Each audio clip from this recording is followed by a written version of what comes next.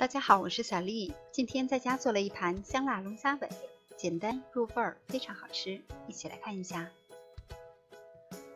我买了1斤的龙虾尾，解冻以后呢，只剩下不到半斤了，清洗干净。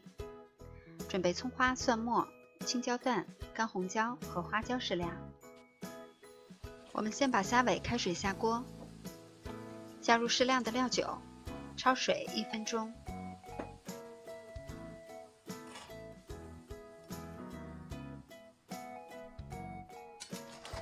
时间差不多了以后捞出来，控水备用。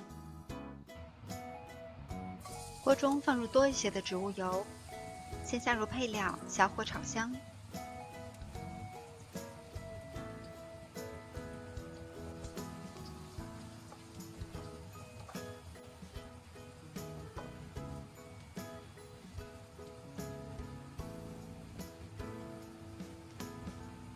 炒出香味了以后，加入半勺郫县豆瓣酱，炒出红油，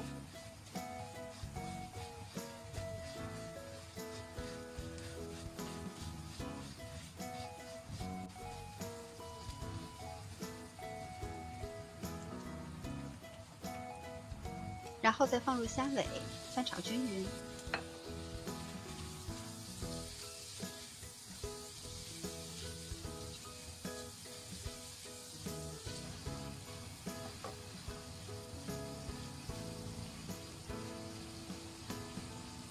我们再来调一下味儿，在锅中加入1勺生抽，1小勺白糖提鲜，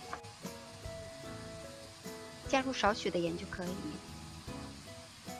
再加入1勺蚝油，再翻炒均匀。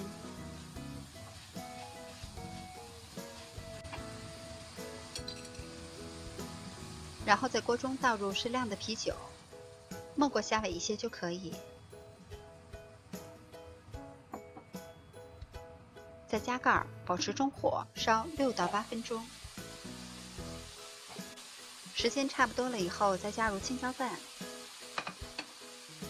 再翻炒均匀，把青椒炒出香味儿，就可以关火出锅了。